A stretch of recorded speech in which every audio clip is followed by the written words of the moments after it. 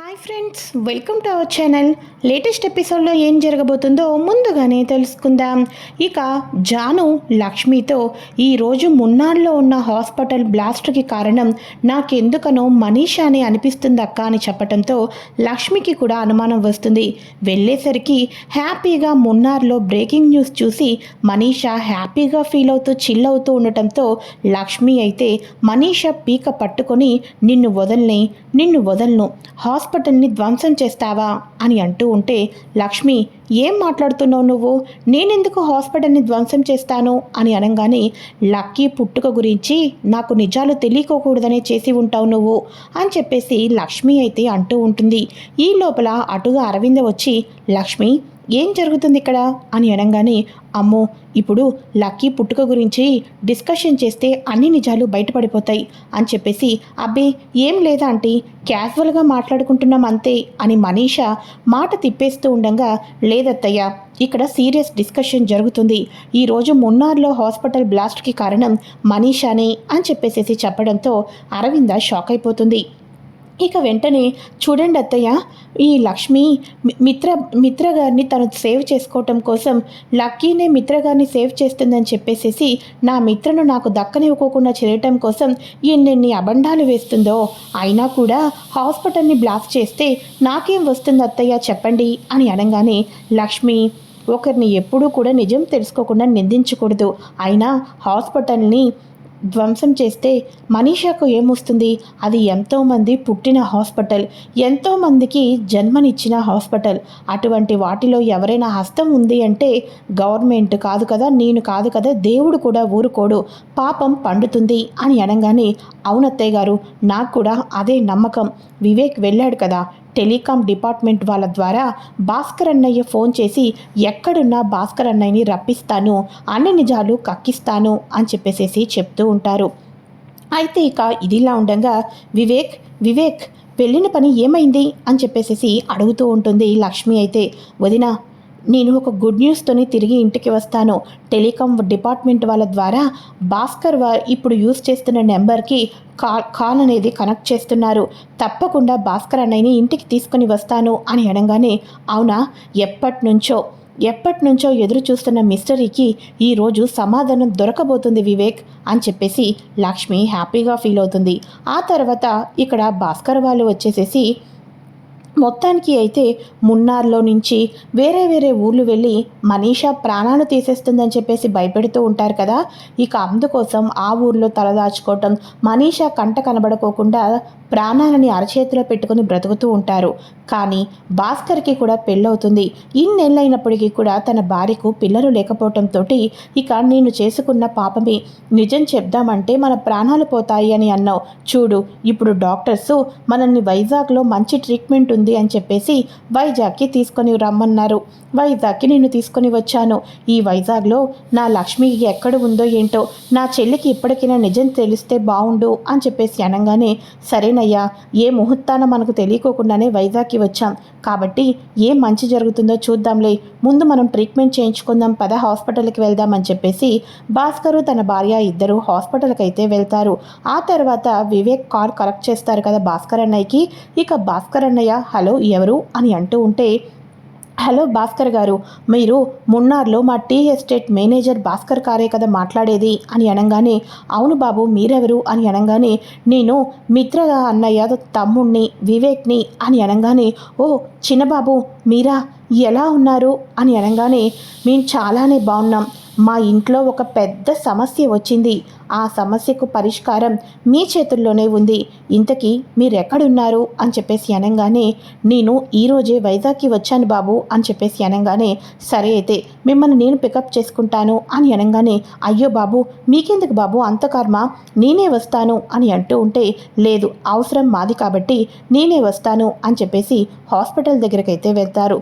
ఇక వెంటనే పేషెంట్ని 4 అవర్స్ అబ్జర్వేషన్లో పెట్టాలి, 2 అవర్స్కి ఒకసారి ఇంజెక్షన్ ఇవ్వాలి, చెకప్స్ చేయాలి అని అంటూ ఉంటే, సరే అయితే డాక్టర్, వీళ్ళ దగ్గర పేమెంట్ ఏమీ తీసుకోవద్దు, అంతా కూడా మా నందన్ గ్రూప్ ఆఫ్ కంపెనీ నుంచి మీకు పేమెంట్ వస్తుంది కదా, అందులోనే తీసుకొని జాగ్రత్తగా పేషెంట్ని చూడండి అని అనగానే, సరేనయ్యా, ఇన్నాళ్ళకి మనకి మంచి జరగబోతుంది, నువ్వు ఇక అన్యాయం చేయకూడదు, నిజం తెప్పవలసిందే, చిన్నబాబుతో వెళ్ళు, నేను హాస్పిటల్లో ట్రీట్మెంట్ తీసుకుంటాను అని చెప్పడంతో వివేక్ ఏమో భాస్కర్ని తీసుకొని తిన్నగా అయితే ఇంటికైతే వెళ్తాడు.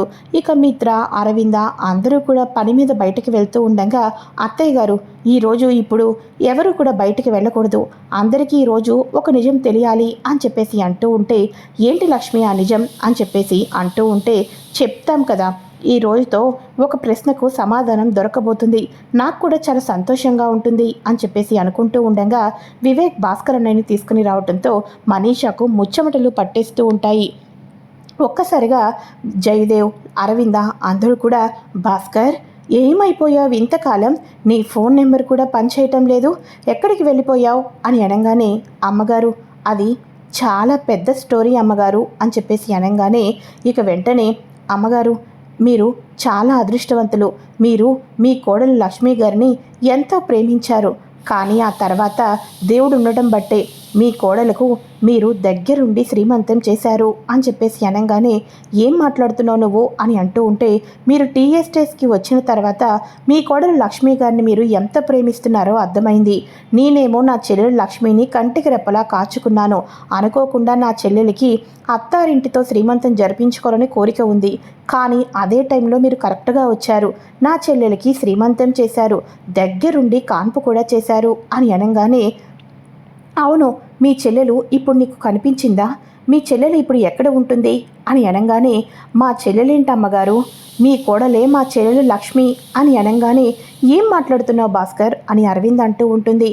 ఇక వెంటనే లక్ష్మి కూడా అవును అత్తయ్య గారు, ఆ రోజు చీకటిలో శ్రీమంతం చేసింది, నన్ను దగ్గరుండి హాస్పిటల్కి తీసుకొని వెళ్ళింది మీరు నా భర్త మిత్ర గారే, నా కోరికలన్నీ నెరవేరిపోయినాయి, నన్ను హాస్పిటల్లో అడ్మిట్ చేసింది మిత్ర గారే కదా అని చెప్పేసి లక్ష్మి అనగానే ఒక్కసారిగా అరవింద లక్ష్మి నీకు శ్రీమంతం చేసి నిన్ను హాస్పిటల్లో అడ్మిట్ చేసింది మేమే అయితే లక్కీ ఎవరో కాదు లక్ష్మి, లక్కీ కూడా నీకు పుట్టిన పిల్లే అని అనగానే అత్తయ్య గారు అని లక్ష్మి ఆశ్చర్యపోతూ ఉంటుంది. అవును లక్ష్మి, లక్కీ పాప ఎవరో కాదు, నీ కన్న కూతురే, మిత్ర రక్తం పంచుకున్న కూతురే అని అనగానే మరి అలాంటప్పుడు మరి నా కొడుకు జున్ను అత్తయ్య గారు అని అనగానే అయ్యో పిచ్చి లక్ష్మి, జున్ను లక్కీ ఇద్దరు కవల పిల్లలు అని చెప్పేసి అనటంతో ఆనందానికి అవధులే ఉండవు. ఇక మిత్ర కళ్ళల్లో ఆనంద బాష్పాలు. ఇక మిత్ర లక్ష్మి లక్కీని హక్ చేసుకుంటారు. ఈ నలుగురు ఫ్యామిలీ ఒకరికొకరు హక్ చేసుకొని ఎంతో సంతోషంగా ఉంటారు. అయితే అరవింద వాళ్ళు సంతోషంగా ఉన్న సమయంలో ఈ నిజం ఇంతకాలం ఎందుకు చెప్పలేదు భాస్కర్, నువ్వు మాకు నమ్మిన బంటు అనుకున్నాం, కానీ మమ్మల్ని ఇంత మోసం చేస్తావా అని అనగానే లేదు మేడం, ఈ నిజం మేము మీకు చెప్దామని వస్తేనే నా ప్రాణాలు తీసి నన్ను కిడ్నాప్ చేసింది ఈ మనీషా అని చెప్పేసి చెప్పడంతో ఒక్కసారిగా అయితే షాక్ అయిపోతారు అంతా కూడా. అరవింద మనీషా చెంప పగల కొడుతుంది. అంతేకాదు మనీషా చెంప పగలకొట్టడమే కాకుండా ఇంటికి పోలీసులు అయితే వస్తారు. ఎవరు కావాలి, మీరు మా ఇంటికి ఎందుకు వచ్చారు అని జయదేవ్ అడగంగానే మున్నార్లో హాస్పిటల్ అనేది పూర్తిగా ధ్వంసమైపోయింది, అక్కడ చిన్న రౌడీలు మాకు పట్టుపడ్డారు, రౌడీలకు 3rd డిగ్రీ ఇస్తే దానికి అసలు కారణం మీ ఇంట్లో ఉన్న మనీషా అని తేలింది, అందుకోసమే తినని మేము అరెస్ట్ చేద్దామని వచ్చాము అని చెప్పేసి చెప్పడంతో అందరూ ఒక్కసారిగా షాక్ అయిపోయి ఇప్పటికీ మనీషా నిజస్వరూపాలన్నీ బయటపడ్డాయి అని చెప్పేసి వివేక్ జాను వాళ్ళైతే అంటూ ఉంటారు. అయితే ఇక ఇదిలా ఉండగా నేను కాదు అంతా చేసింది, అసలు నాకేమీ తెలీదు అని చెప్పేసి మనీషా అంటూనే ఉంటుంది.